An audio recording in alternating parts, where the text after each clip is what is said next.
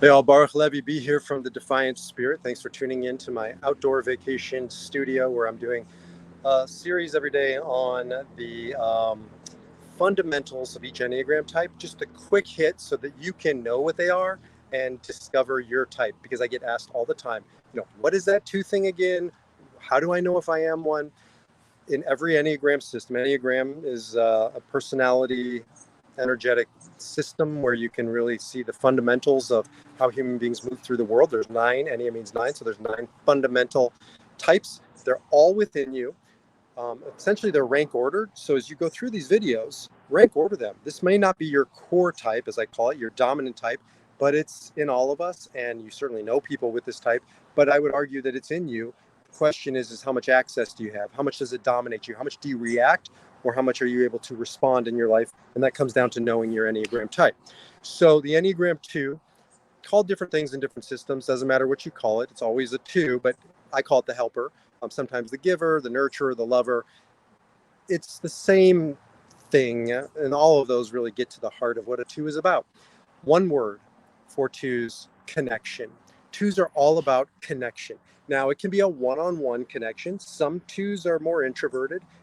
2s tend to be a little more extroverted. So it can be a family, it can be a group, it can be an organization, it can be a community, it can be a cause. But 2s are all, it can be animals, by the way. I mean, it doesn't have to be a human being. 2s are about connecting to other life forms so that they can give. Look, 2s understand what Albert Einstein said, who was definitely not a 2, that we're here for the sake of other human beings. 2s get it. All human beings fundamentally need relationship, but 2s, it's their oxygen. 2s are the ones who suffer the most oftentimes because life is beautiful and about relationship and connecting. It's also about losses. Everybody you love is going to at some point leave, or you're going to leave them. That's a painful reality. 2s feel that when they have the empty nest. 2s are more likely than any other type to really feel the impact of that. 2s give all their whole heart. They are the wholehearted type. When 2s are all in a relationship, there's no other type, no other person who gives like a 2, who shows up like a 2. They are present. Each type has a either past, present, or future orientation. 2s are hyper present. Why? Because in the present, that's where you find relationships. 2s are about tending to those relationships, giving to those relationships, nurturing those relationships. It is a superpower. However, every type has a shadow, and the shadow of the 2 is their superpower can become a kryptonite when they define themselves, overly define themselves by the other, by the person across from them, by the group that they're a part of. They are the most likely type to either create or be a part of codependence, or somewhere enmeshed, entangled in that codependent relationship. 2s, if they're unconscious, if they're reactive, have a primal need to be needed. All human beings have that, but with 2s, it becomes more pronounced because they put so much of their resources and their identity on other, whoever that other is, that they look to the other to validate them. Again, this is in reaction. We can defy our number. We can choose our response. I work with so many 2s who have defied their number. It's remarkable. However, it's a very hard thing to defy that lower side of our 2 nature, because it's a drug of choice. Well, we need relationships all the time. It's not like you can abstain from relationships. You shouldn't move to a mountaintop and divorce yourself from the world. You got to navigate by being in not codependent, but interdependent relationships, healthy, functioning relationships. The work of a 2 is to remember that 2 halves don't make a whole. 2 halves make a broken relationship. 2 wholes coming together creates synergy. What does that mean? The work of a 2 is to find his or her way back to themselves.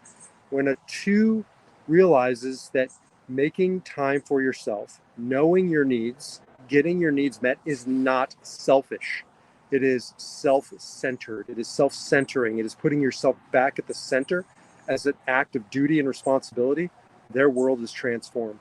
I work with so many 2s where my job is to help them understand that this work, putting yourself at the center, whatever that means, maybe it means getting a massage. Maybe it means taking some quiet time. Maybe it means getting back into health, nutrition. Maybe it means spending time on the call with a therapist, with me. Whatever it is, that's not selfish. That's self-centering. That's putting yourself back at the center of your life. Because if you're not at the center and you're running around and you're on the periphery of your own life, tending to other people's needs, anticipating them. My God, twos are unbelievable at anticipating other people's needs, knowing what they need. Twos know better what you need oftentimes than you know of your own self and your own needs. The problem is if you're running around tending to everybody else, you're not tending to yourself. When you know everybody else's needs, oftentimes it's because you're avoiding your own. Or worse yet, you don't think you have any needs.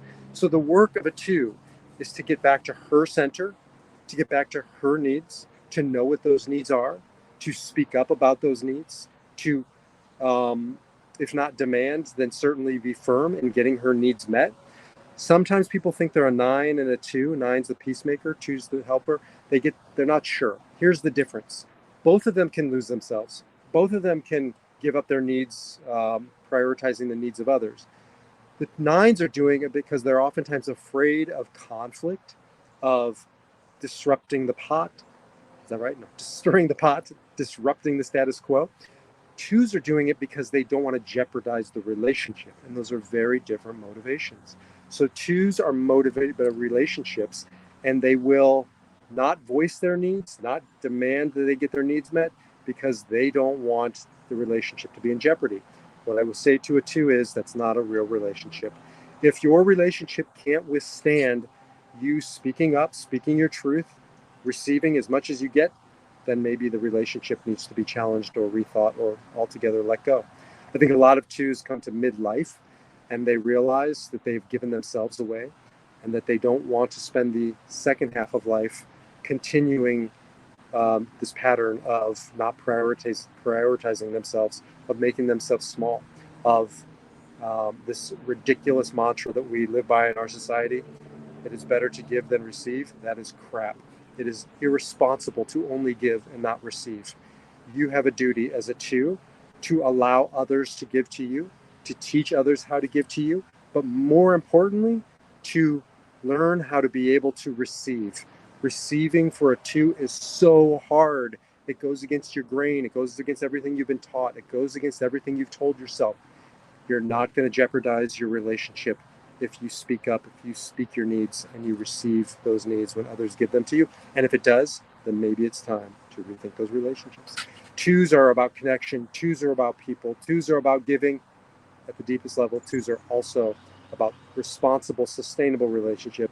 And that it means also receiving. You deserve to receive. You deserve love because you certainly have so much of it to give. You have given it. You will continue to give it. I don't worry about that with my 2s. It's time now to put yourself back at the center and learn how to receive. That's Enneagram 2, the helper, in a nutshell. Less than 10 minutes, sitting in a beautiful setting and just talking to you. All of you meaning seekers out there who are seeking meaning, purpose, and resilience. If you want more, jump over to defiancespirit.org. Until the next time, defy your number, live your spirit.